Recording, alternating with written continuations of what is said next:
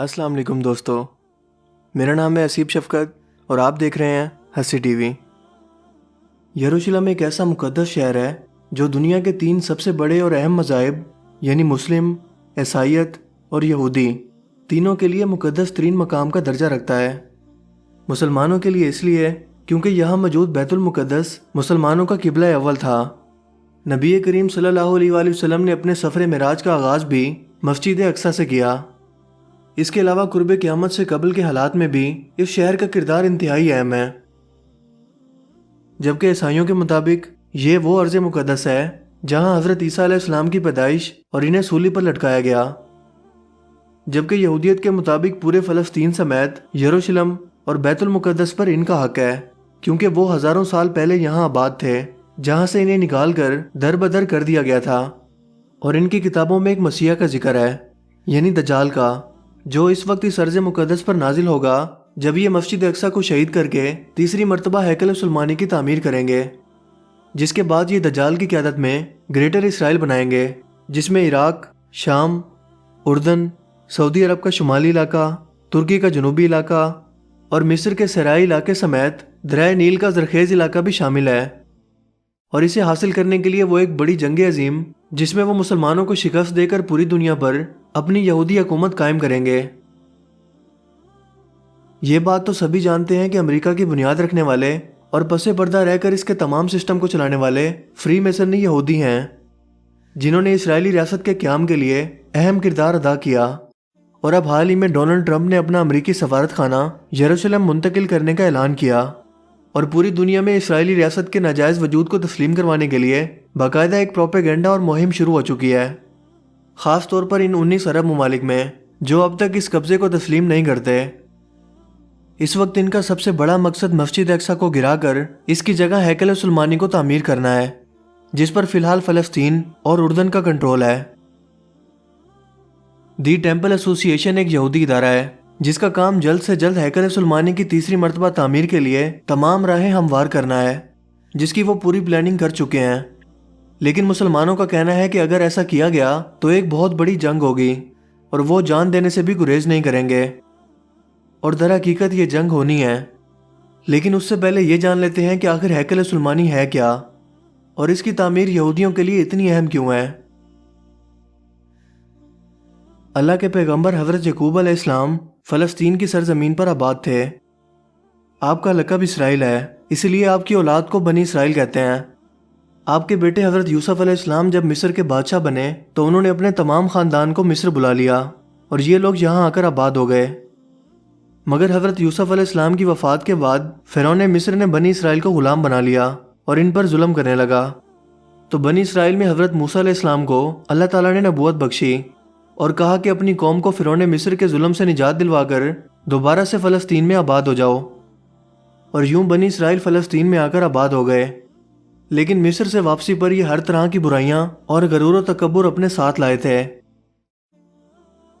بنی اسرائیل کو اللہ تعالیٰ نے شمشاد کی لکڑی کا بنا ہوا ایک صندوق بھی عطا کر رکھا تھا جو حضرت آدم علیہ السلام اپنے ساتھ جنت سے لائے تھے، جو تمام انبیاء کرام کو ان کی وراثت میں ملتا رہا اور حضرت یعقوب علیہ السلام کے بعد ہوتے ہوتے حضرت موسیٰ علیہ السلام تک پہنچا۔ یہ انتہائی مقدس صندوق تھا جسے صندوق سکینہ کہتے ہیں۔ اس میں تورات کا اصل نسخہ، حضرت موسیٰ علیہ السلام کی وہ تختیاں جو انہیں کوہ طور پر اللہ تعالیٰ نے عطا کی تھیں، من و سلوہ کا من، حضرت موسیٰ اور حضرت ہارون کا عصا مبارک اور کرتا مبارک اس میں موجود ہیں۔ یہ صندوق بنی اسرائیل کے لیے اللہ تعالیٰ کا ایک تحفہ تھا۔ جب بھی انہیں کوئی مشکل ہوتی تو وہ اس صندوق کو سامنے رکھ کر اللہ تعالیٰ سے جو بھی دعا مانگتے وہ پوری ہوتی۔ حضرت داؤد علیہ السلام نے اس مقدس صندوق کے لیے ایک ہیکل تعمیر کرنے کا ارادہ فرمایا تاکہ یہاں اسے محفوظ رکھا جا سکے اور یہاں اللہ تعالیٰ کی عبادت بھی ہو سکے۔ لیکن آپ کی زندگی میں یہ عمارت مکمل نہ ہو سکی، لہٰذا آپ کے بیٹے حضرت سلیمان علیہ السلام نے اسے مکمل کیا، اسی لیے اسے ہیکل سلیمانی کہتے ہیں۔ حضرت سلیمان علیہ السلام بھی اللہ تعالیٰ کے جلیل القدر پیغمبر تھے اور ایک عظیم الشان سلطنت کے مالک تھے۔ آپ کی وفات کے بعد بنی اسرائیل قوم سرکش اور نافرمان ہو گئی، طرح طرح کی سازشوں اور شر و فساد میں پڑ گئی۔ انہوں نے جادو سیکھنا بھی شروع کر دیا۔ ان لڑائیوں کا نتیجہ یہ نکلا کہ بنی اسرائیل کے قبیلے 2 ریاستوں میں بٹ گئے، ایک ریاست شمالی فلسطین اور اردن میں بنی جسے اسرائیل کہا گیا، اور دوسری جنوبی فلسطین اور ادوم میں بنی جسے یہودی ریاست کہا گیا۔ بنی اسرائیل قوم جب گناہوں اور بدکاریوں میں حد سے بڑھ گئی تو ان پر اللہ کا عذاب نازل ہوا، اور بابل کے بادشاہ بخت نصر نے یروشلم پر حملہ کر کے اس کی اینٹ سے اینٹ بجا دی۔ اس دوران ہیکل سلیمانی بھی تباہ ہو گیا اور بخت نصر تابوت سکینہ کو اٹھا کر اپنے ساتھ لے گیا۔ اس کے بعد سائرس دی گریٹ نے دوبارہ اس شہر کو آباد کروایا اور یہودیوں کو یہاں لا کر آباد کروایا، اور تابوت سکینہ کو بھی واپس لایا گیا۔ لیکن یہ لوگ اپنی فطرت سے باز نہ آئے، پھر سے وہی نافرمانیاں اور گناہوں میں ڈوب گئے، یہاں تک کہ نبیوں کو بھی قتل کیا، ان کے خلاف سازشیں کی، اور حضرت عیسیٰ علیہ السلام کو بھی سازش کے ذریعے سولی پر لٹکانے کی کوشش کی، جس کے بعد ایک بار پھر ان پر اللہ تعالیٰ کا عذاب نازل ہوا، اور رومی بادشاہ ٹائٹس نے اس شدت سے حملہ کیا کہ یروشلم کو تہس نہس کر کے رکھ دیا۔ اس نے پورے شہر کی ایک اینٹ بھی سلامت نہ چھوڑی۔ ہیکل سلیمانی بھی مکمل طور پر تباہ ہو گیا۔ اس دوران تابوت سکینہ بھی ایسا غائب ہوا کہ پھر آج تک نہ مل سکا، اور یوں یہودی ایک بار پھر سے در بدر ہو گئے۔ اس حملے کے دوران بیت المقدس کی صرف ایک دیوار سلامت رہ گئی، جسے دیوار گریاں کہتے ہیں، اور یہودی آج بھی اس کی طرف منہ کر کے روتے رہتے ہیں۔ حضرت عمر رضی اللہ تعالیٰ عنہ کے دور حکومت میں جب یروشلم فتح ہوا تو مسجد اقصی کو تعمیر کیا گیا، جہاں اس وقت لوگ کوڑا پھینکتے تھے۔ 1917 میں یہودیوں نے ایک انتہائی شاطر چال چلتے ہوئے ہولوکاسٹ کا سہارا لے کر پہلی جنگ عظیم کے دوران برطانوی حکومت سے بیلفور ڈیکلیریشن نامی معاہدہ کر کے ایک الگ یہودی ریاست کے قیام کی حمایت حاصل کر لی، جس کے بعد 14 مئی 1948 کو ناجائز اسرائیلی ریاست کو قائم کیا گیا۔ یہودیوں کا ماننا ہے کہ تیسری مرتبہ اس ہیکل سلیمانی کی تعمیر کے بعد ان کا مسیح دجال اس دنیا میں ظاہر ہوگا اور پوری دنیا پر ان کی حکومت قائم کرے گا۔ مگر اس ہیکل کی جگہ اس وقت مسجد اقصی موجود ہے، جسے وہ ہر صورت شہید کر کے یہاں ہیکل سلیمانی کو تیسری مرتبہ تعمیر کرنا چاہتے ہیں، جس کی وہ تمام تیاریاں پہلے ہی کر چکے ہیں۔ دوسری مرتبہ ہیکل سلیمانی کی تباہی کے وقت یہاں ایک پتھر بھی موجود تھا جسے ڈیوڈ سٹون کہتے ہیں، اور رومی بادشاہ ٹائٹس اسے اپنے ساتھ لے گیا تھا۔ یہ پتھر حضرت داؤد علیہ السلام اور حضرت سلیمان علیہ السلام کے تخت پر موجود تھا۔ یہ پتھر روم کے راستے ہوتا ہوا آئرلینڈ پہنچا، وہاں سے اسکاٹ لینڈ، اور پھر وہاں سے انگلینڈ، اور اب یہ لندن کی پارلیمنٹ کے چرچ میں موجود ہے، جسے یہودیوں کے مطابق لا کر ہیکل سلیمانی میں رکھا جائے گا، اور اسی پر بٹھا کر ان کے مسیح کی تاج پوشی کی جائے گی۔ یہودی جانتے ہیں کہ مسلمان مسجد اقصی کو اپنی جان سے بھی زیادہ پیار کرتے ہیں، اور وہ اسے کسی صورت شہید نہیں ہونے دیں گے، اور اگر ایسا کیا گیا تو ایک بہت بڑی جنگ ہوگی، یعنی تیسری جنگ عظیم۔ اسے اسلام میں جنگ ہرمجدون کا نام دیا گیا ہے، یعنی حق و باطل کی آخری مارکہ خیز جنگ۔ اس موضوع پر ہم پہلے ہی ایک ویڈیو بنا چکے ہیں، جس کا لنک آپ کو ڈسکرپشن میں مل جائے گا۔ آپ صلی اللہ علیہ وآلہ وسلم نے فرمایا تھا کہ ایک وقت آئے گا کہ کفر اپنی پوری طاقت کے ساتھ مسلمانوں پر حملہ آور ہوگا۔ باطل قوتیں 80 جھنڈوں کا لشکر لے کر مسلمانوں کے خلاف مقابلے کے لیے نکلیں گی۔ ہر جھنڈے کے نیچے 12,000 کا لشکر ہوگا۔ یہ اتنی خوفناک جنگ ہوگی کہ اگر ایک شخص کے 100 بیٹے ہیں تو 99 اس جنگ میں شہید ہو جائیں گے۔ دوستو، آج ذرا نیٹو فورسز کے اتحاد پر نظر دوڑائیں تو کیا یہ 80 جھنڈے وہی نہیں ہیں جو نبی کریم صلی اللہ علیہ وآلہ وسلم نے 1400 سال پہلے بیان فرما دیے تھے؟ مسلمانوں کے ساتھ جنگ کے علاوہ ان نیٹو فورسز کے اتحاد کا مطلب کیا ہے بھلا؟ اس بات کا کھلم کھلا اعلان کئی امریکی صدور اپنی تقریروں میں واضح طور پر کر چکے ہیں۔ سابق امریکی صدر رونلڈ ریگن اتنا تک کہہ چکے ہیں کہ مجھے یقین ہے کہ ہم ہی وہ نسل ہیں جو آرمیگیڈن یعنی جنگ ہرمجدون کا مارکہ دیکھیں گے۔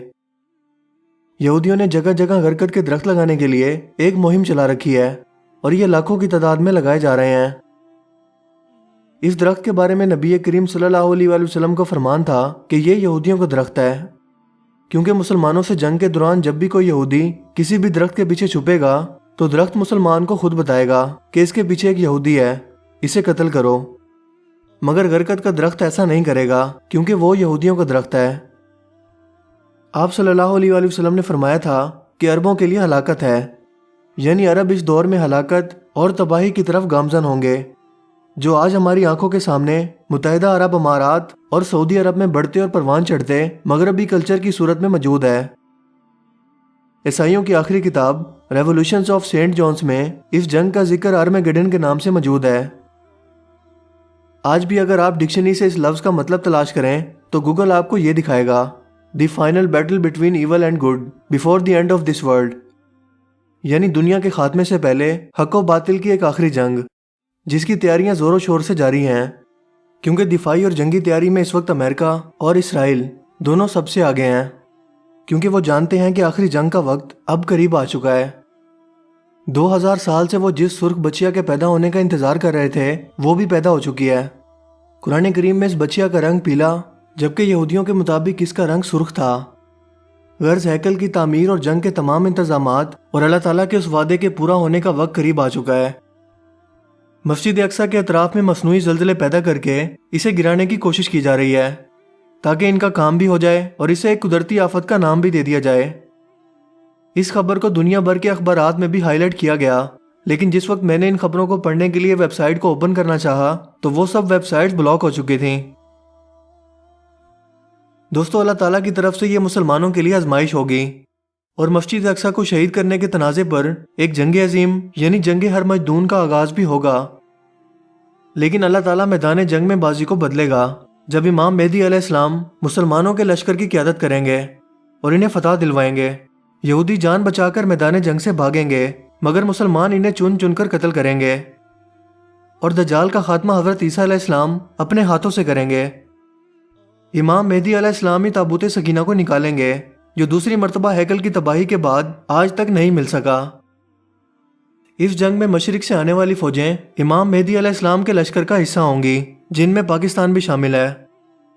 اس لیے تو پاکستان کا وجود یہودیوں کی آنکھوں میں سب سے زیادہ کھٹکتا ہے، اور وہ اسے کبھی معاشی اور کبھی سفارتی طور پر کمزور کر کے اس کے ایٹمی دان توڑنا چاہتے ہیں تاکہ اس کے بعد مشرق سے بھارت اور مغرب سے نیٹو فورسز اس پر جھپٹ پڑیں۔ لیکن یہ نہیں جانتے کہ مسلمانوں کی طاقت ہتھیار نہیں بلکہ ان کا جذبہ اور ایمان ہے، تبھی تو 313 کا لشکر ہزاروں کے لشکر پر بھاری پڑتا ہے، اور ایسا ہی ایک بار پھر سے ہوگا۔ مگر افسوس ہے ہماری نوجوان نسل پر، جنہیں سوشل میڈیا پر وقت ضائع کرنے اور ٹک ٹاک جیسی فضولیات سے فرصت ہی نہیں ہے۔ کوک اسٹوڈیو کے ایک گانے کو دیکھنے والے کی تعداد ملینز میں ہوگی، مگر دنیا کے حالات کس اختتامی مراحل کو پہنچ رہے ہیں، دشمن کس حد تک تیاریاں کر چکا ہے اور ہم مسلمان کہاں کھڑے ہیں، یہ سب جاننے کی فکر رکھنے والے لوگوں کی تعداد شاید آٹے میں نمک کے برابر ہوگی۔ لہٰذا آپ اسے صدقہ جاریہ سمجھتے ہوئے اس ویڈیو کو اپنے تمام چاہنے والوں کے ساتھ شیئر کریں اور انہیں بھی ہیکل سلیمانی کی تعمیر، مسجد اقصیٰ کے متعلق یہودی منصوبوں اور سازشوں کے متعلق آگاہ کریں۔